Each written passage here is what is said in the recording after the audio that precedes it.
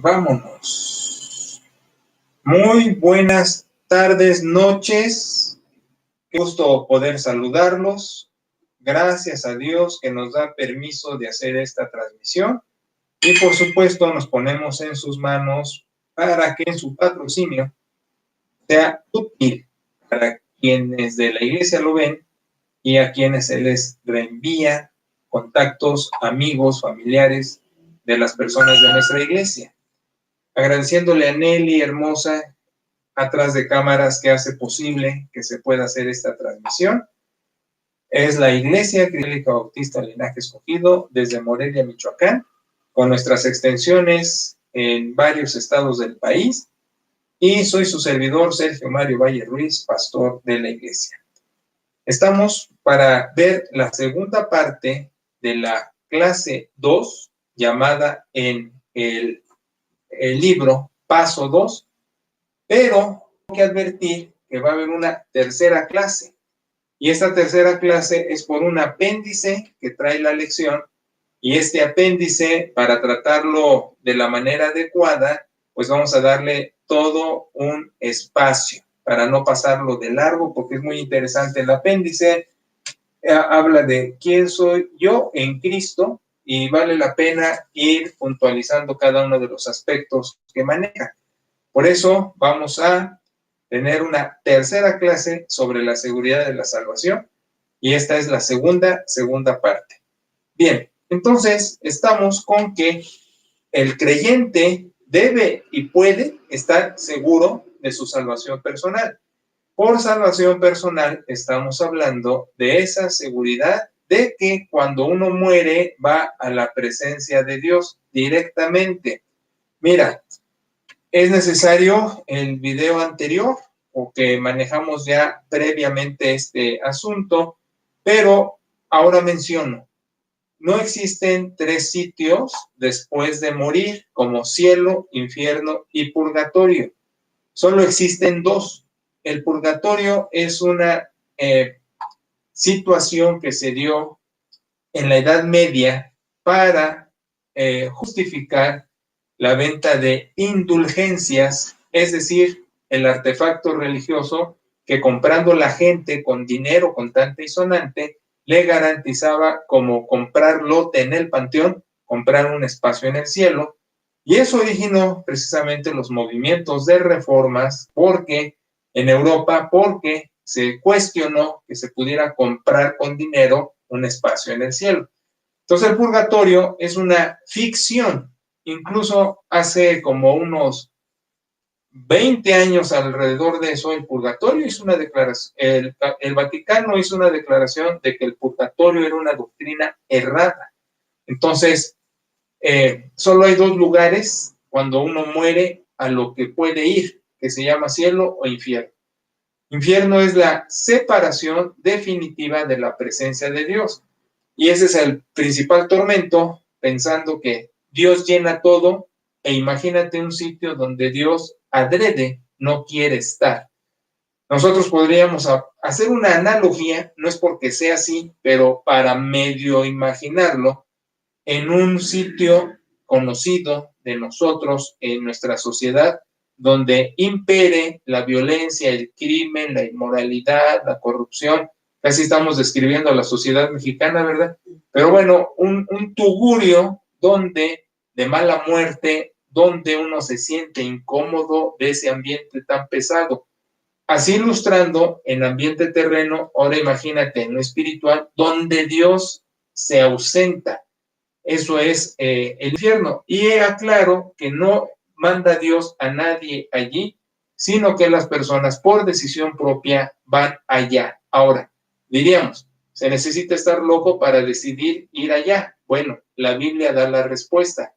Cuando una persona rechaza el regalo de Dios, la oferta de Dios que nos da en Jesucristo como Salvador y Señor, pues uno mismo se cierra la puerta al cielo y la abre al infierno, ¿verdad? Porque el cielo, la Biblia, y en anteriores audios, videos, hemos dicho, la Biblia asegura que una persona puede saber de su salvación personal desde aquí, desde estar vivo. No es necesario morir para saber que uno le pertenece a Dios.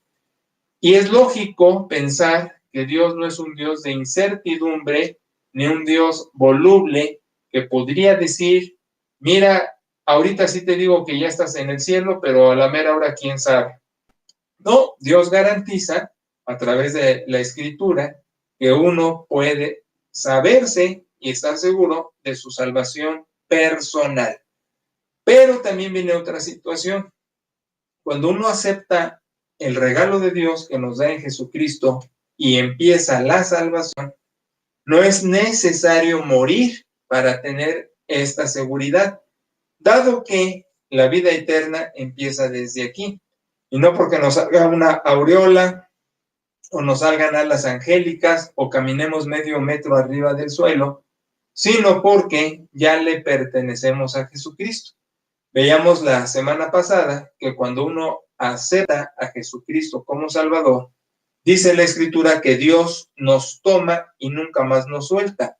Ya hemos visto que la salvación no la gana uno por portarse bien, por obras, por moralidad. Ya dijimos, si uno llegara al cielo por portarse bien, como es la costumbre tradicional de decir eso, el cielo estaría lleno de presumidos porque todo el mundo presumiría por qué llegó al cielo. Y nadie llega al cielo así. Todos llegamos en una condición de que no lo merecíamos, pero fue un regalo porque abrimos el corazón a Cristo, porque le dijimos, reconozco que tu sacrificio en la cruz no fue poca cosa, sino fue una gran obra que hizo Dios para que yo pueda ir al cielo. Jesucristo tomó nuestro lugar, cargó nuestro pecado en la cruz. Él fue castigado para no ser nosotros los castigados. Cuando uno reconoce eso, Dios inmediatamente nos mete al cielo. Desde aquí ya sabemos que somos de Jesús, tenemos esa paz y la seguridad de que cuando muramos estaremos en su presencia, porque desde aquí ya sentimos su presencia, ya la disfrutamos. Es al revés del ejemplo que acabo de mencionar. No estoy en un tugurio, estoy en la tranquilidad del perdón de Dios y de su presencia en vida. Eso es la seguridad de la salvación. Pero tampoco quiere decir que me convertí en un ser perfecto, porque todavía pertenezco a este orden, a esta vida, a esta dimensión, y de vez en cuando me voy a equivocar y voy a cometer faltas. Sin embargo, lo que sí puedo perder es el gozo de la presencia de Dios en mi vida, mas no la salvación.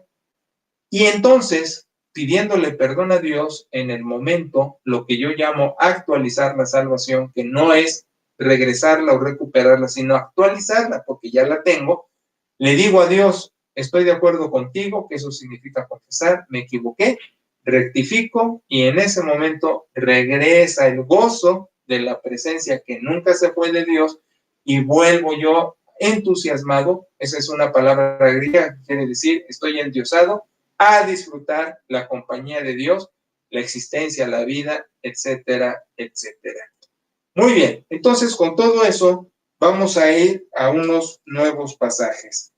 En Efesios, y recomiendo que si puedes ir a los pasajes, los busques, si no, después puedes volver a ver el video y ver los pasajes a los que aludo y con calma buscarlos en tu Biblia. La Biblia es una, no hay varias, es la misma para la religión cristiana expresada en diferentes denominaciones y estas en distintas iglesias, pero el tronco cristiano, católicos, bautistas, bíblicos, etcétera, tenemos la misma escritura porque no hay distintas Biblias, ¿verdad? Entonces, si puedes localizarlo, ve, si no, escucha lo que yo doy de lectura, que tampoco la leo a la letra para no aburrirte en una transmisión, sino saco lo interesante del texto y te lo comento, pero tú puedes ir a la Biblia que tienes en casa y lo vas a leer a la letra y vas a ver que es lo mismo que te estoy diciendo, ¿verdad? Dice en Efesios 1, 13 y 14 lo siguiente. Dice, cuando escuchamos el Evangelio, la palabra de verdad, viene para nuestra salvación el obsequio de haber creído en Jesucristo. Y entonces dice el texto, somos sellados por medio del Espíritu Santo. Es lo primero de nuestra herencia para que tengamos la seguridad de que le pertenecemos a Dios. Dos cosas, mira, como cuando tú sellas un libro, que yo los tengo bastante sellados porque en la escuela había el ron de que se los volaban y yo le puse demasiados sellos a mis libros de que pertenecen a la biblioteca de tu servidor. Dice en la Escritura que cuando tú le abres el corazón a Jesucristo, como si Dios te pusiera un sello gigantesco, ¡paz! Dice, este es de mi propiedad. Como cualquier libro diría, este es de mi propiedad. Pues la misma Biblia, ¿para qué saco otros? Bueno, no sé si alcanzas a distinguir, pero aquí está el sello. Mi nombre, mi título y esto es de la biblioteca de tu servidor. Entonces, así puede uno decir, este libro tiene dueño y su dueño es fulano de tal. Muy bien, entonces cuando le abres el corazón a Dios, viene un enorme sello invisible, celestial, sácatelas que te marca. Otro ejemplo es el ganado. ¿Has visto cómo se marca? Se hace el herraje del ganado para marcarlo y decir, esta vaquita es mía, trae el logotipo del rancho. Pues es algo similar. Dios nos marca con la presencia de su Espíritu Santo y ya nos distingue. Este es mío porque le abrió el corazón a Jesucristo como Salvador y Señor de su vida. Y hay esa distinción. Y entonces también dice la segunda cosa, este pasaje, viene el Espíritu Santo a nosotros. Mira, cuando yo era católico, no entendía muy bien estas cosas. Entendía a Dios Padre como un viejito, allá muy lejos, un tanto indiferente, ¿no? Entendía a Jesús como un mártir, que Dios había sido malo con él y le había puesto sus coscorrones en la cruz. Y el Espíritu Santo, pues ni aparecía en el mapa, no sabía yo qué onda con él, y se ilustraba como una paloma en el mejor de los casos. Conociendo ya la Escritura, convertido al cristianismo por conocer a Jesús como mi Salvador, he distinguido que el Padre ama incondicional. Por eso, dice el texto, dio a su Hijo el obsequio más grande, porque una cosa es entregarse uno por otro, pero otra cosa es dar a un hijo por alguien, como dice el texto, ¿verdad? Quizás tú te entregues por alguien bueno, pero por alguien que no lo justifica, pero dar a un hijo, pues eso es extraordinario. Por eso es el Hijo la representación del amor de Dios. Y el Espíritu Santo es la presencia de Dios que actualiza esta dinámica divina en el planeta. Entonces el Espíritu Santo es esa venida de Dios mismo a nuestro corazón. Y cuando entra a la vida, sientes su gozo, sientes su paz, sientes su presencia, sientes su perdón, te sientes tranquilo con Dios. Mi testimonio personal es ese mismo. Yo digo, estoy seguro de mi salvación, no porque sea bueno, aunque me porto bien ahora que soy cristiano, no porque soy pastor, porque se supone que tengo una responsabilidad ante mi iglesia, sino porque soy pecador, pero acepté el don, la gracia, el regalo de Dios al aceptar a Jesucristo como mi Salvador. Y en consecuencia, entonces ahora mi conducta trata de honrar a Dios. Hemos dicho, tu comportamiento no te va a meter al cielo porque no te alcanza a nadie. Entonces, al creer en Jesucristo, nuestro comportamiento ya vale la pena porque la presencia de Dios en nuestra vida adorna nuestra existencia y el portarnos mejor es una manifestación de que ya somos salvos. Por eso insisto, cristiano es un sinónimo de salvo. O sea, si alguien que escuche esto no está seguro de su salvación, entonces realmente no es cristiano. Porque un verdadero cristiano está absolutamente seguro de su salvación, porque por eso es cristiano. Ha abierto el corazón a Jesús. No se es cristiano por saber de Dios, por saber que Cristo vino al mundo, por saber la frase mentada de que vino a salvar al mundo, sino porque lo ha creído alguien y le abrió el corazón a Cristo y ha entrado a nuestra vida y nos selló como lo acabo de leer de la Biblia. Y nos ha dado al Espíritu Santo esa presencia de Dios, de donde estamos seguros de esa presencia y de esa salvación. Por eso la vida eterna empieza aquí con el gozo, la paz, el perdón, la tranquilidad y el cambio de vida. Y ya nada más, a la hora de morir, continúa esto, porque ya cierra uno los ojos aquí, los abre plenamente en la presencia de nuestro Salvador. Muy bien, entonces, insisto, veremos en la siguiente oportunidad el apéndice al que nos invita la lección para darnos cuenta del tesoro que es vivir con la presencia de Dios en nuestra vida. Vamos a otros pasajes. Ahora voy a ir a la primera carta de Juan. No es el Evangelio. Juan escribió un Evangelio, pero también escribió 3 cartas. Y estas casi están al final de la Biblia. Y voy a ir a la primera de estas cartas, que está casi al final, y voy al capítulo 5, y voy a los versículos 11 y 12. Y dice así el texto: este es un testimonio, esta es una declaración verdadera para ti, que Dios te ha dado vida eterna y que esta vida está en su Hijo Cristo Jesús. El que tiene a Cristo Jesús en el corazón tiene la vida, pero el que no tiene a Cristo Jesús en su corazón no tiene la vida. ¿Te fijas? Ahora, me he encontrado yo con personas que dicen que sí tienen a Cristo en su corazón, porque saben de él, como acabo de decir, o porque lo oyeron en su clase de doctrina o de catecismo. Entonces les pregunto, si tienes a Cristo en el corazón, ¿estás seguro de que al morir vas a la presencia de Dios? Y me han contestado, es que nadie puede estar seguro, y vamos a este texto.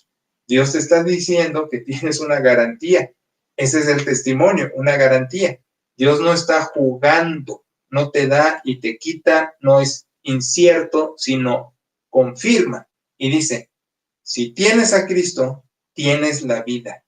Si no tienes a Cristo, pues no tienes la vida. Entonces, cuando alguien no sabe que es salvo, que tiene esa seguridad, yo le digo, mira, una cosa es tener a Cristo aquí y otra cosa es tenerlo acá.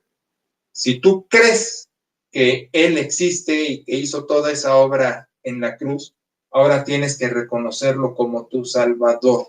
Tienes que decir, no solo entiendo que viniste a salvar a todos de los pecados, sino entiendo que viniste a salvarme a mí, personal y particularmente a mí.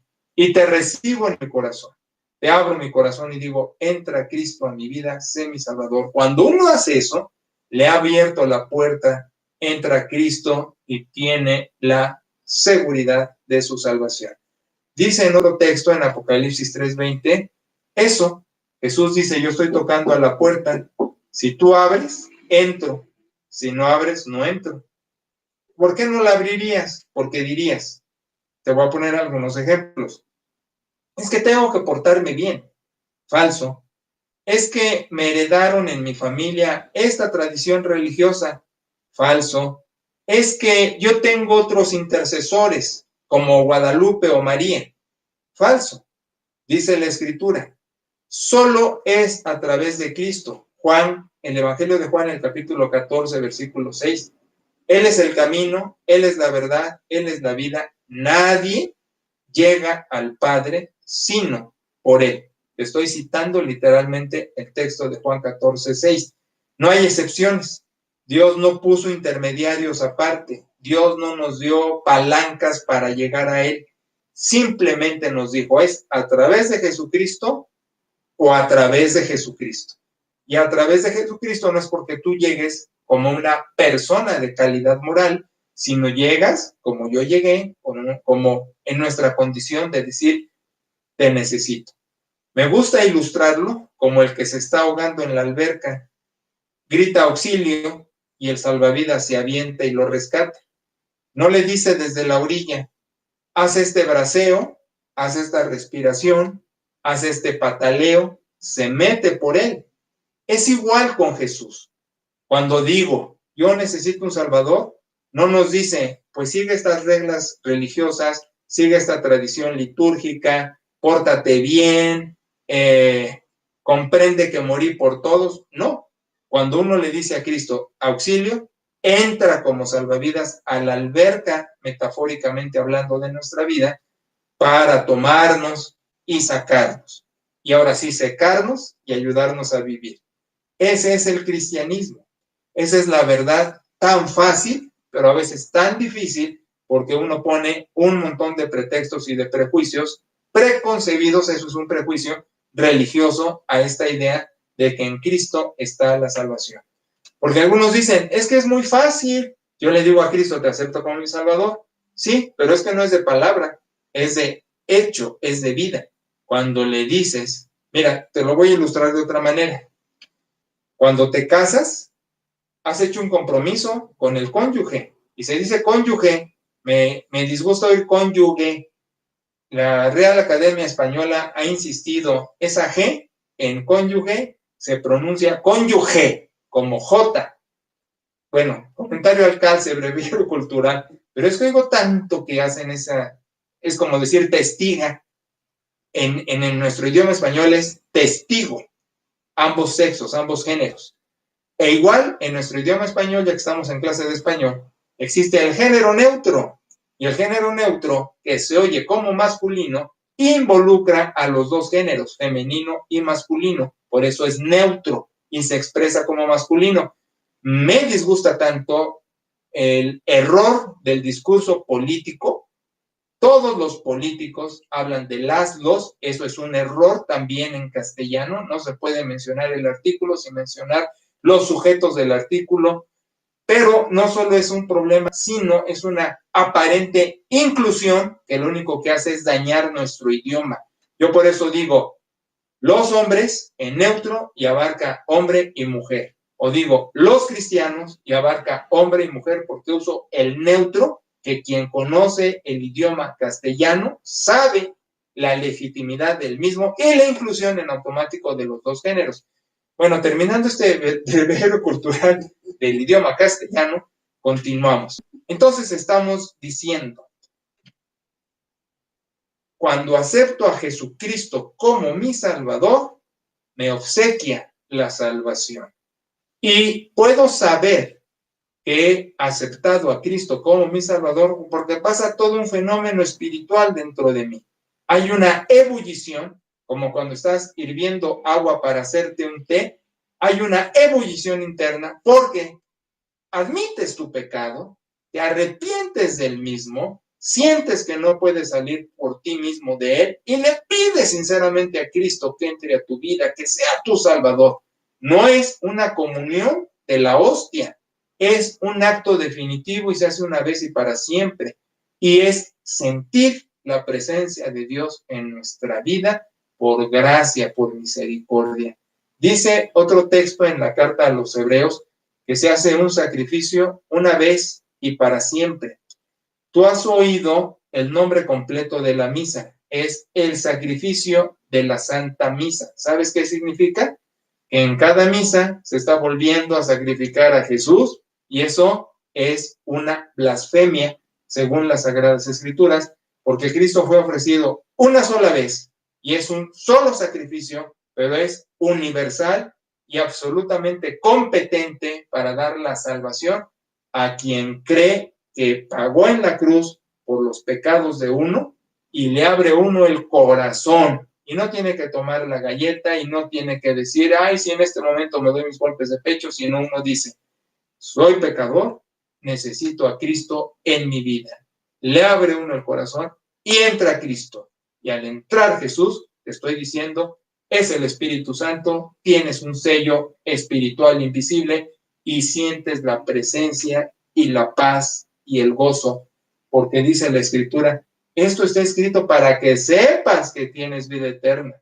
Si has creído en Cristo de verdad, no nada más aquí intelectual, sino en tu corazón le diste entrada, tienes al Hijo y tienes vida eterna. Si no, entonces no lo has hecho. Por más etiquetas que traigas, católico, apostólico, romano y anexas, o bautista de la séptima iglesia, o lo que sea, no es la etiqueta, es abrirle el corazón a Cristo como Salvador, como Señor, y esa es la garantía de que tienes vida eterna. Por eso te pregunto, ¿estás seguro de que al morir entras al cielo con todo y chanclas? Si estás absolutamente seguro, eres cristiano. Si no, entonces abre tu corazón a Jesús, dile en una oración con tus palabras, entra a mi vida, sé mi Salvador, y vas a entender todo de lo que estoy hablando. ¿Ok? Bueno, vamos a otro pasaje, está en Romanos, capítulo 8, y es el verso 38 al 39. Mira, dice así: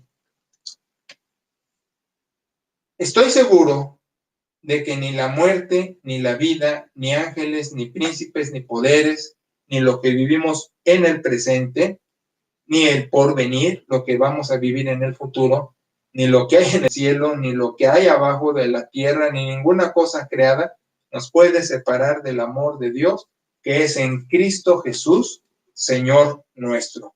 ¿Qué está diciendo este texto? Que nunca nos va a dejar de amar Dios. ¿Dejarías de amar a un hijo aunque se equivoque? ¿Dejarías de amar a un hijo aunque cometa errores? Mira, yo tengo una experiencia que no olvido y cito de vez en vez cuando empecé mi pastorado. Empiezo mi pastorado a los 22 años. Imagínate nada más que escuincle y qué falto de experiencia y de madurez y de sabiduría. Tenía mucha formación académica y todavía seguía yo en eso de los estudios teológicos y así. Sin embargo, era muy temprano para comprender muchas cosas de vida, que ahora en mi vejez y en mi edad cárcama, en mi decrépitez como anciano, pues he comprendido muchas más cosas. Fíjate que a mí no me ofende decirme anciano. A algunos sí les incomoda, ¿no? Viejos luceros. A mí no me molesta. Yo digo a los cuatro vientos, soy un anciano decrépito carcamán. Y me gusta que incluso mi hija cuando se refiere a mí dice mi anciano padre. Me da como que catego, ¿no? No he podido estrenar mi credencial del INAPAM, hombre.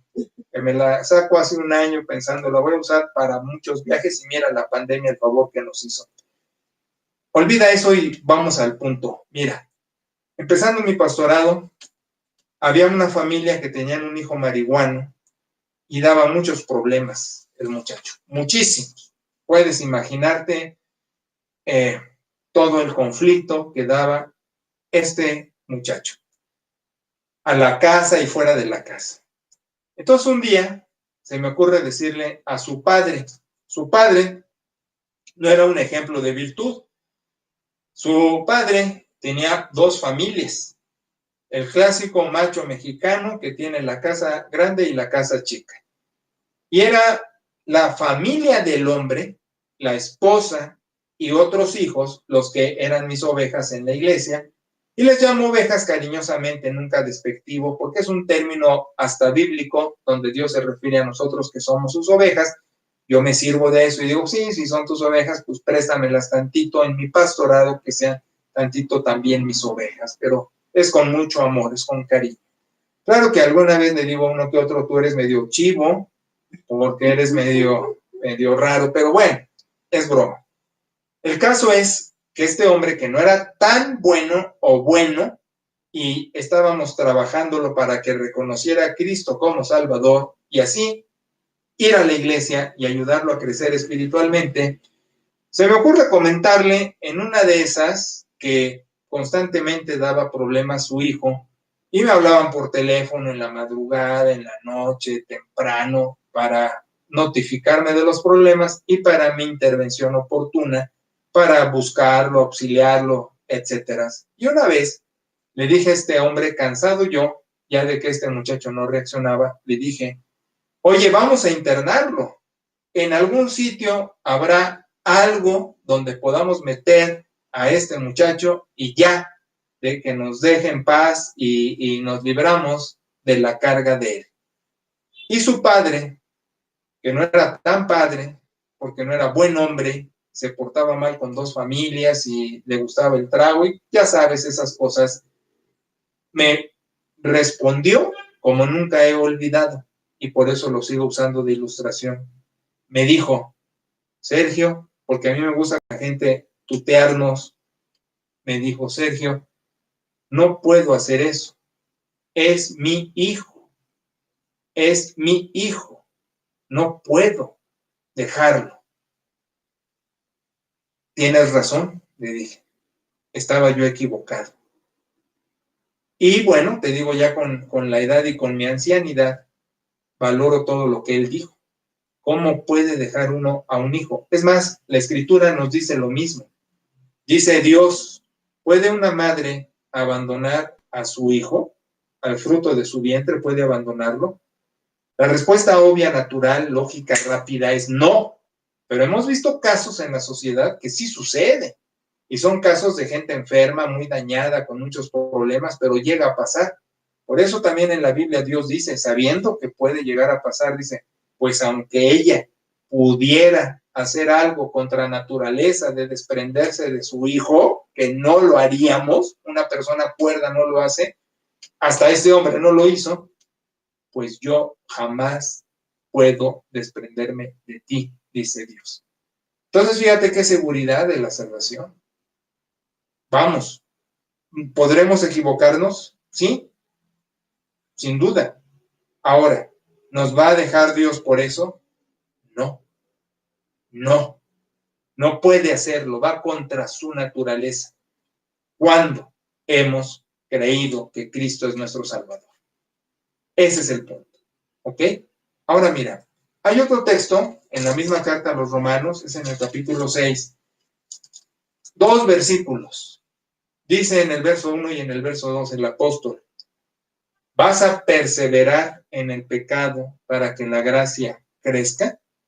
Está diciendo, si entonces Dios nunca te suelta y siempre te ama y ya sabes que eres salvo porque lo aceptaste en tu corazón, vas a tener una vida ligera, disipada, irresponsable, inmoral. Mira, hace unos días fui al deportivo al que vamos, Pera y yo, de los antorchistas. Es un deportivo muy económico, realmente muy económico. Tiene una pista preciosa, de las mejores en las que he corrido, gratuita, que por cierto me dijeron que ya esta semana la abren. Y una alberca para nadar y entrenar fuerte a un precio realmente ridículo, porque es de los pobrecitos, pues por eso estábamos yo allí. Pero a esto voy. Ahora que primero Dios regreso a nadar, porque pues, represento al equipo de ancianos, y empiezo con mis entrenamientos el jueves. ¿Has visto a Michael Phelps en las Olimpiadas? Algo así en Totonaca, no en Purépecha, porque soy michoacano, soy zacapense, o en Tarasco, y en Anciano, pero algo así, porque la especialidad del Michael Phelps es el estilo mariposa y el de Mickey Lauren también, el más difícil. Bueno, pero mira, dejando el cotorreo a un lado, estaba el velador con la recepcionista, con la administradora de credenciales y todo. Y, qué gusto volvernos a ver y que esto regresa, etcétera. Y le digo al velador, oiga, fíjese que le he estado mensajeando por WhatsApp y no me ha contestado nada. Y me dice, no, es que me ha fallado esto. Digo, y había una fila de novatillos, de esos que van a empezar, pobrecillos. No es broma, es broma. Y le digo al velador, pues qué pena, hombre, porque yo quería ponerme de acuerdo con usted para pasar a recogerlo y para irnos a las cachorras. Ahora, déjame explicarte, si no eres de Morelia, las cachorras, pues es un tugurio de mala muerte y de exóticas y del tubo, como le digan. Me han contado que hay ahí esas cosas inmorales contra las buenas costumbres, ¿verdad? Bueno, obviamente lo dije de broma porque todo mundo sabe en el deportivo que soy pastor, les he dado testimonio. Es más, hay gente de allí que ha ido a la iglesia, etcétera. Y entonces, pues todos se rieron y la fila que estaba ahí, pues como que se me quedó viendo y le dije, no, espera. Soy pastor de la iglesia fulana de tal, todo el mundo me conoce, soy muy bien portado, pero estoy bromeando y por eso al hacer la broma, pues es la risa de que el único sitio al que no iría yo es a ese, ¿verdad? Por cierto, te cuento una anécdota. Uso un carro que es de la iglesia, pero es de uso pastoral. Entonces, cuando necesito servicio, le pregunto a mis diáconos, a la gente líder de la iglesia, ¿sí? Varios hombres ahí, o sea, representante legal, apoderado legal, tesorero, pues la gente, ahora sí como el Sanedrín, ¿no? De los fariseos, los más importantes ahí. Y les digo, oigan, necesito llevar el carro a servicio. ¿Qué mecánico me recomiendan? Y me contestan, pues hay uno muy bueno y cerca de tu casa, que incluso ahí hemos llevado carros y te va a atender muy bien. Ah, ok. ¿Cómo llego o qué? Y me dicen, es por el exceso. ¿Exceso? Me dicen, es por el exceso. Y me quedo yo, ¿el exceso? ¿Y eso qué es? O el extremo, el exceso, algo así.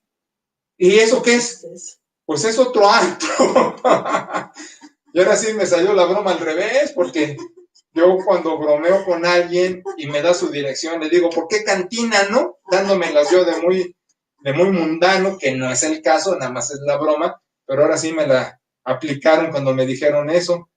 Y todos con carita de inocentes, bueno, hemos pasado por ahí, hemos visto eso, pues más les vale que no se metan ahí ya hablando en serio, pero con mucha broma con ellos de que, pues es por el exceso.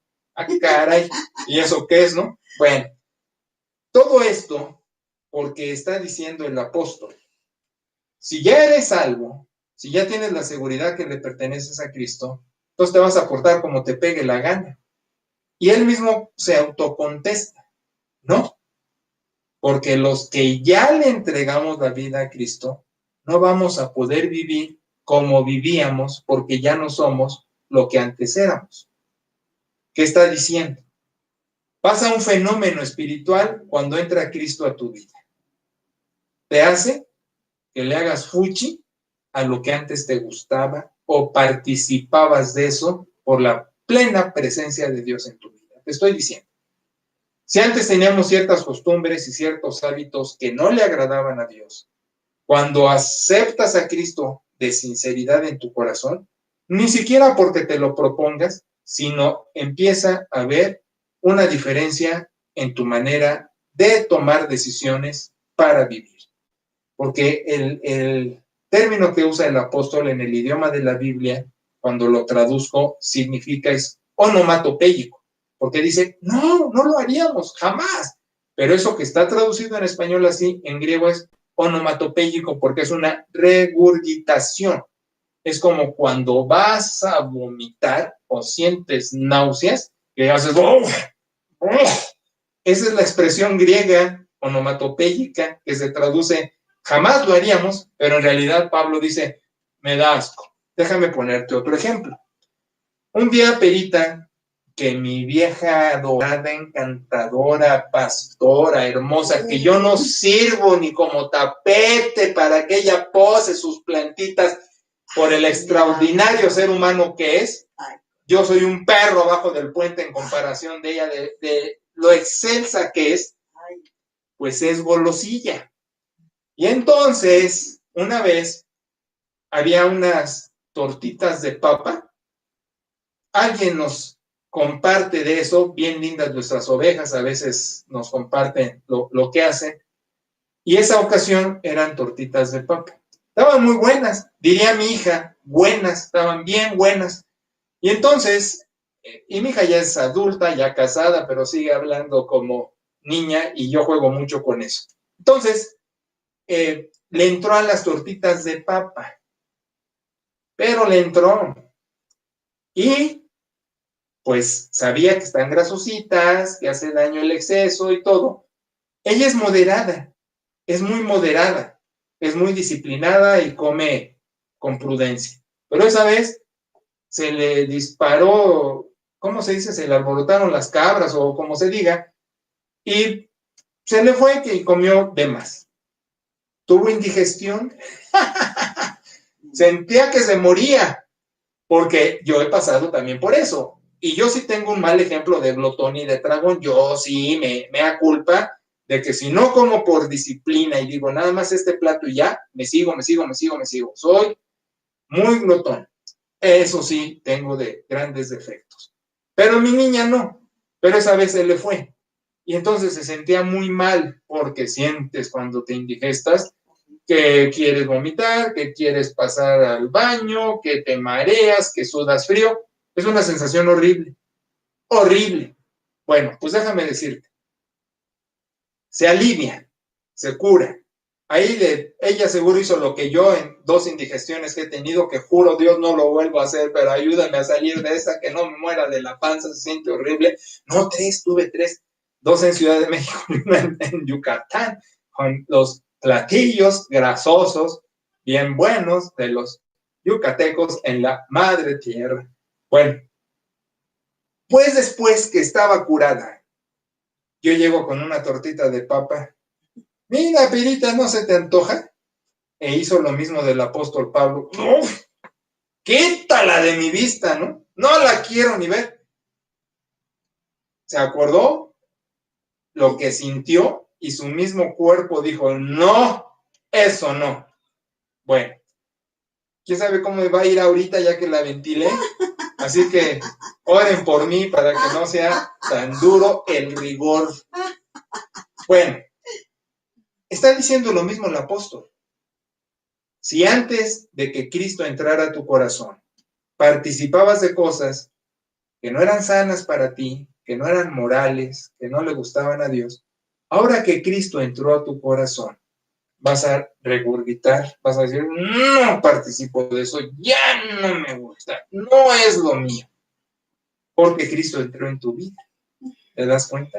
Entonces, quien diga, si yo acepto a Cristo, me conviene porque me voy a portar como quiera, al cabo ya estoy en el cielo, la respuesta de facto es, pues no lo aceptaste, jamás lo aceptaste, porque si aceptas a Cristo de sinceridad, tu vida cambia. O voy a poner otro ejemplo, es como el matrimonio. Ya casado, estás comprometido hasta que la muerte nos separe, por eso se llama cielo. Si le entendiste, le aplaudes, si no, te quedas en el aire. Ahora, no necesitas llevar la presencia de tu cónyuge en la calle para no admirar a una persona del sexo opuesto por atractiva. Si va contigo, por respeto, no lo harías, porque ofendes a tu cónyuge. Pero si no va contigo, en el anonimato, tampoco lo harías porque amas a tu cónyuge. Dices, estoy casado con la persona más extraordinaria del mundo, lo que es mi caso. Entonces, no necesito ver a otras personas porque esta me llena la vida. Es igual. Cuando Cristo está en tu corazón, tu conducta, tu toma de decisiones, tus preferencias se modifican. Porque con honestidad Jesús entró a tu corazón. ¿De dónde te digo? Si te llamas o te autodenominas creyente y todavía sientes como que el carro se te desvía está desalineado en prácticas que no le agradaban a Dios, entonces te tengo que decir, abusado, porque a lo mejor no aceptaste a Cristo de corazón. Y aceptar a Cristo de corazón es que tú te bajas del volante donde conduces tu vida y le das el volante a Jesús para que Él lo maneje y ya eres copiloto. Entonces Él conduce y ya te lleva en otra dirección. Por eso es importante lo que acabo de decir, ¿eh? Es una enorme confusión. ¿Acepto a Cristo y vivo como quiero? No. Aceptas a Cristo y vives como Él quiere. Y no porque te mande una serie de normas, reglas, leyes. Perita nunca me dio a mí un escrito. Ahora que te casaste, pelón condenado, te vas a portar así y así y así. Jamás. Pero era natural mi respuesta al matrimonio y sobre todo porque Dios me dio, con el respeto a todas sus parejas, me dio a la persona excelente del universo. Entonces, yendo a otro texto, Ahora vamos a la carta a los Hebreos, al capítulo 12, versículos del 5 al 10. Y esto es muy interesante, mira. Y sabiendo que voy a usar una tercera clase, no corro porque vale la pena tratarlo. Hebreos 12, del 5 al 10, dice así: abusado, porque todavía no tienes un combate tan fuerte contra el pecado, contra el pecado que te derive dejar la piel, como Jesús la dejó en la cruz. Y ya olvidaste lo que Dios te dice, que por amarte te va a disciplinar. Voy a continuar la próxima semana, porque viene otra pregunta. Dice, bueno, si yo ya acepté a Cristo, ¿quiere decir que en toda la vida me va a ir muy bien? ¿O quiere decir que de vez en vez Dios no me va a dar un jaloncito de orejas? Bueno, eso lo contesto la próxima semana para quedarnos picados, que Dios nos preste vida hasta 8 días para poderlo tratar junto con el apéndice. Por lo pronto lo dejo aquí y digo, si eres cristiano, estás seguro de tu salvación. Si no estás seguro de tu salvación, acepta a Jesucristo. Si aceptaste a Jesucristo y todavía tienes prácticas que no le gustan a Dios, entonces vuelve a pensar cómo es que aceptaste a Cristo. No aceptas una doctrina, no aceptas una iglesia, no aceptas una creencia, aceptas que el Hijo de Dios entre a tu vida y tome posesión de ella. Eso es la conversión cristiana.